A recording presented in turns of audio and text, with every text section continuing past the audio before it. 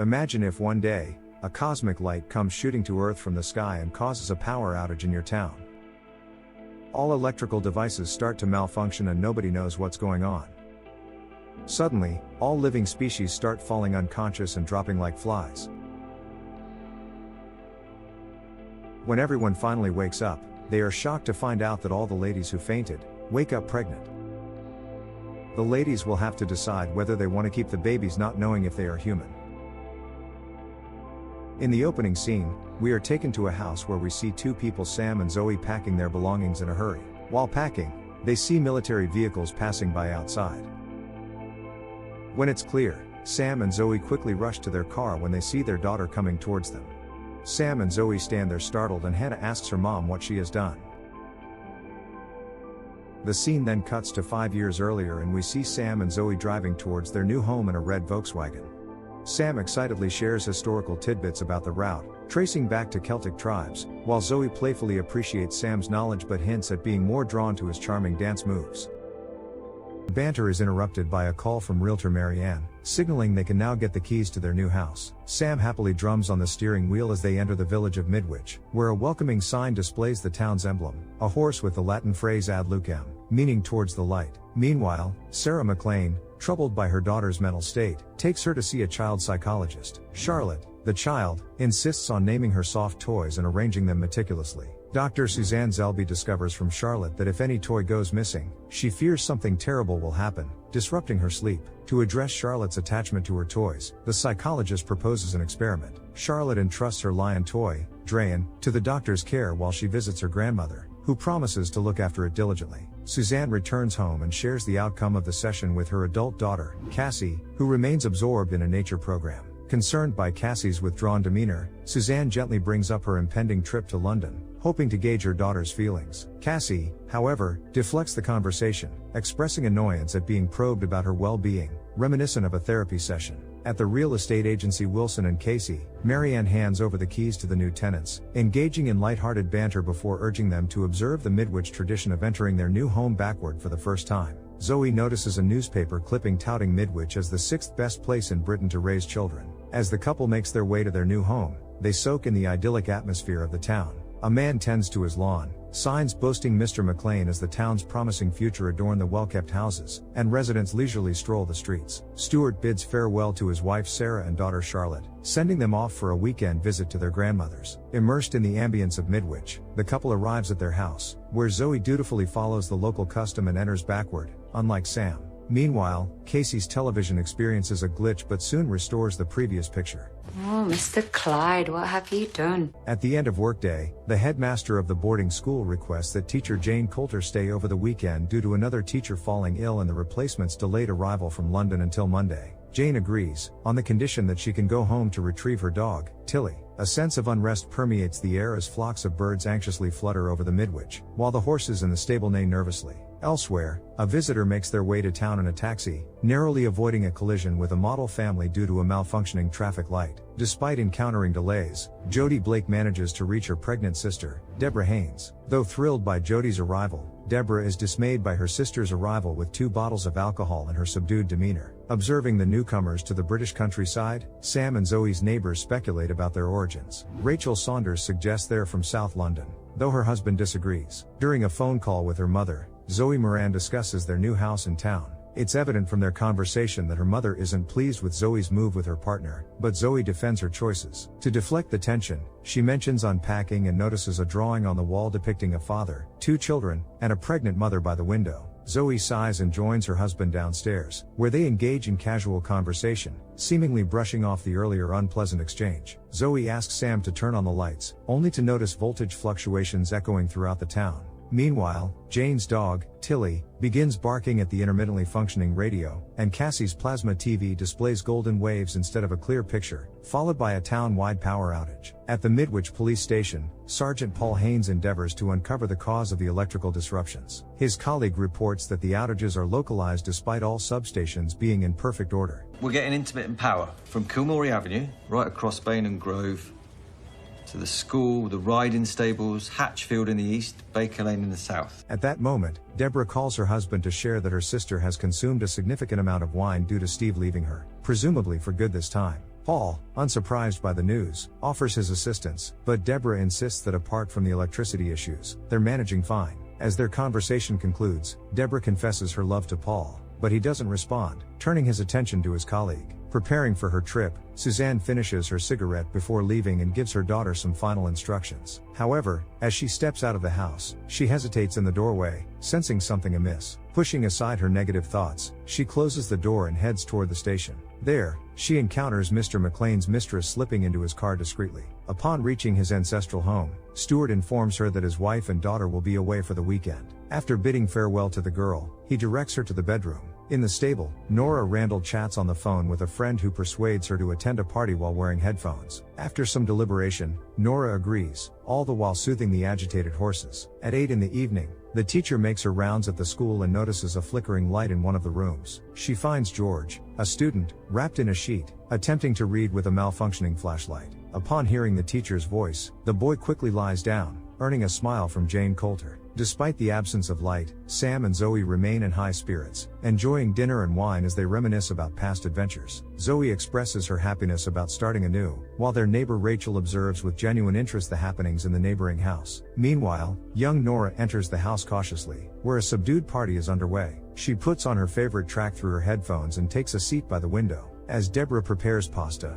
her sister revels in her serene life and her loving husband who brings her joy. Deborah assures Jody that love and celebration will come her way too. Excitedly, Jody hugs her sister's pregnant belly upon learning she'll have a nephew. As Suzanne is away, her daughter Cassie feels lost in the powerless house. Spotting her mother's plush lion, she's overcome with discomfort and loneliness. Unable to bear the solitude, Cassie leaves the house and contacts someone named Ryan to seek solace. Meanwhile, electricians inspect the electrical poles. Rachel continues her observations of the neighbors, whose connections are intertwined by acts of love. While Nora dances with friends outdoors, the horses break free from their enclosures and gallop through the town streets. Suddenly, the electromagnetic field above Midwich intensifies, causing lights to illuminate in every house. Impossible to switch off. Deborah attempts to leave a voicemail for her husband, while teacher Jane notices George standing motionless in the corridor, unresponsive to her calls and staring blankly. In an instant, all the power converges in a singular location, like the manifestation of something divine and inexplicable. Within moments, all residents fall unconscious, overtaken by the paranormal phenomenon.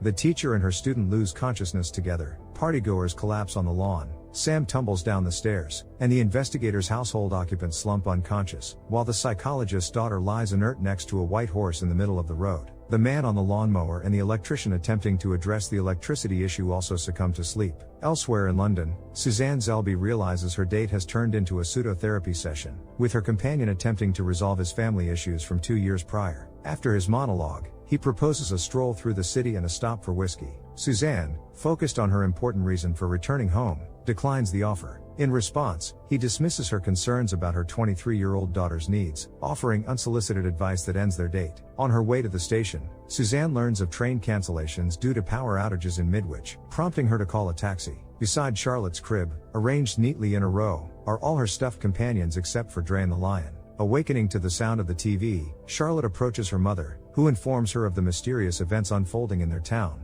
though no one knows the cause. Throughout her journey, Suzanne repeatedly listens to her daughter's voicemail, growing increasingly anxious as she encounters a police blockade at the town's entrance. Despite her daughter's presence in the town with health issues, authorities advise people to seek refuge in the nearest hotel for safety. Undeterred, Mrs. Zelby makes her way to Midwich instead of the neighboring province, spotting illuminated windows from a hilltop vantage point. Shortly after, she stumbles upon a disheveled reconnaissance camp, where men in suits and respirators struggle to rescue an unconscious man. Upon entering the affected area, one of the rescuers immediately loses consciousness. A leader of the operation notices Suzanne, and as she flees in fear, she too collapses unconscious. The entire police department is on edge, grappling with the unprecedented situation. They summon specialist Byron Cummings from London, whom Inspector Paul Haynes briefs on the crisis. Military and special units from neighboring provinces are dispatched, establishing a cordon around the affected area with checkpoints. Since 2147, all two-way mobile communication has ceased, and even deployed drones failed to transmit images, suggesting an obstruction to infrared beams. Agent Cummings's lack of surprise alarms Inspector Haynes, their discussion interrupted by news of another unconscious woman appearing at the border of the danger zone.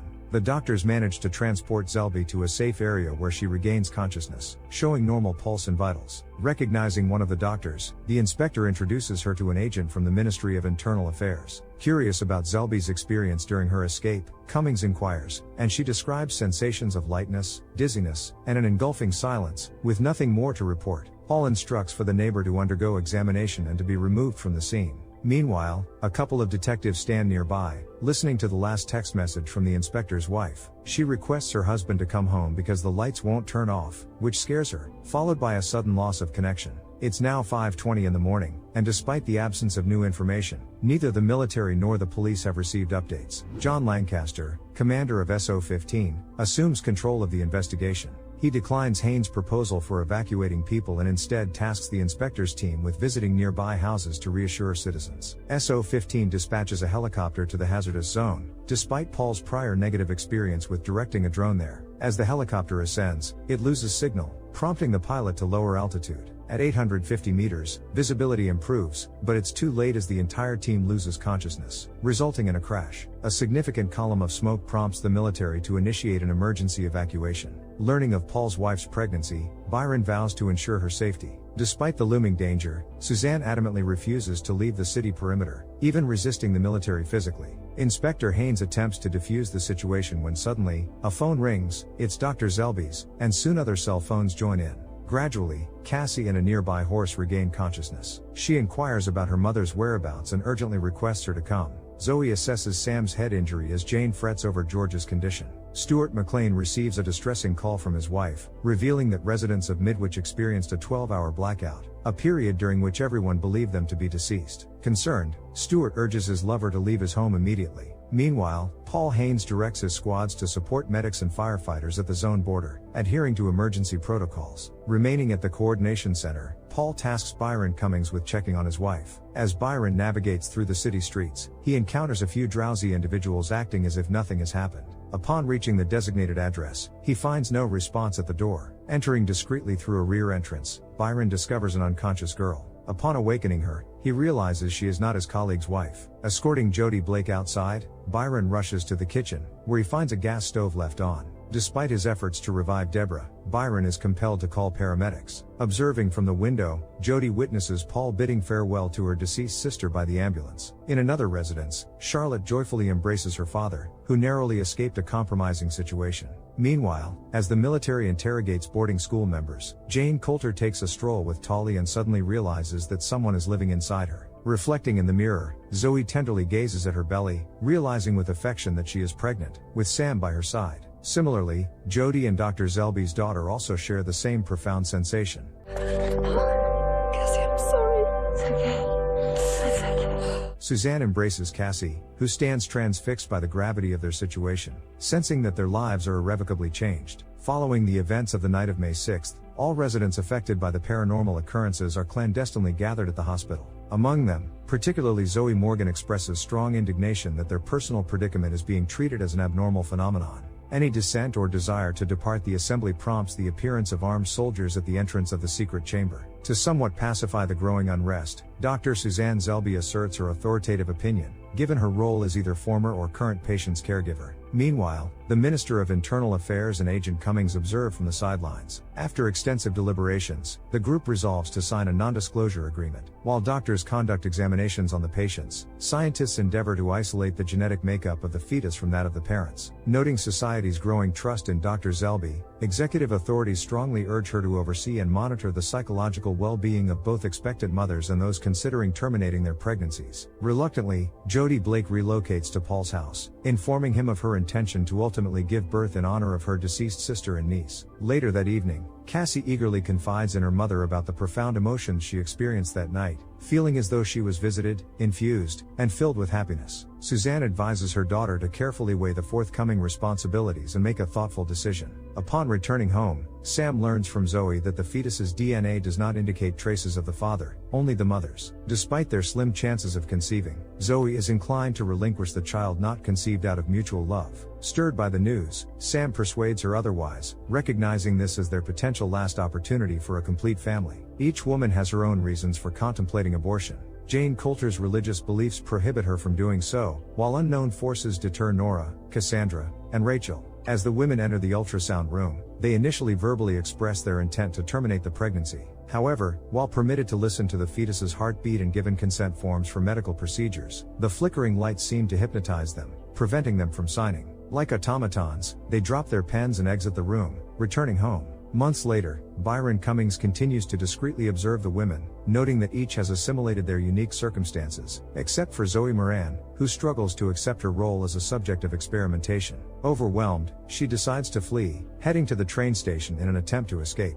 However, as the train arrives, she finds herself immobilized, unable to take a single step. Once the train departs, Zoe regains control of her body and rushes to Dr. Zelby to recount the unsettling experience. Meanwhile, after visiting Cassie, Nora returns home, only for all pregnant women to suddenly converge in the maternity ward. Simultaneously, their water breaks, initiating labor 6 weeks earlier than anticipated. Amidst the labor pains and the enigmatic process of childbirth, a multitude of babies are born, appearing older than newborns. As exhausted mothers finally find respite in sleep, Inspector Paul Haynes marvels at the newborn nephew of his late wife. However, upon leaving the room, he witnesses a startling sight. All the babies simultaneously open their eyes, emitting a golden glow that belies their tender age, revealing an unnervingly mature and conscious gaze. Have you ever encountered paranormal phenomena? Share your strange mystical stories in the comments below. Hit the like button and subscribe to the channel. See you in the next videos.